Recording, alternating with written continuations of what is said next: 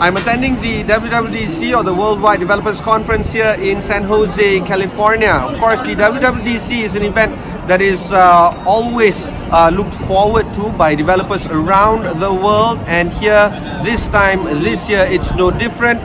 Over 5,000 web developers have descended on San Jose at the conference center behind me. Amongst the things that were introduced for this year includes the newly minted OS called the iPad OS. This is a big departure from the iOS system, and also signaling very clearly that iPad is going to be a big feature for Apple in the years to come. Also important to note, WWDC doesn't normally see a lot of hardware introductions, but this year round we saw an introduction of the Mac Pro. A beast on its own. It's going to be debuting in a few months' time this fall or this autumn, with a price tag of $6,000 for the base model. And if you multiply this by 4, we're going to get something about 20,000 ringgit in terms of the Mac Pro when eventually it comes to our shores in Malaysia.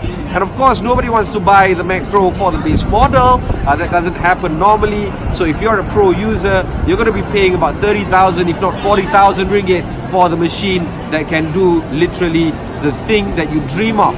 Amongst other things that were also introduced is, of course, the ability for web developers to build and create apps even better and faster with the introduction of the new ARKit 3.0, as well as the addendum to the Swift programming language, which was introduced 5 years ago. It's now called Swift. This addendum is called Swift UI. It's built for Swift programmers, and Swift UI is going to make things a little bit simpler for web developers to build upon. And because of these tools, it also signals that Apple is going to be big in terms of software development, as if it's not big enough in that field already.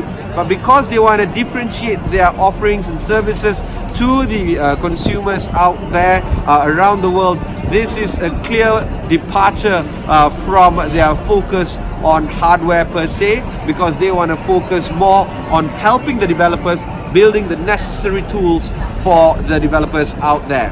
That's it from me for right now. Reporting from San Jose, California, I'm Prime Sunny for Extra Money.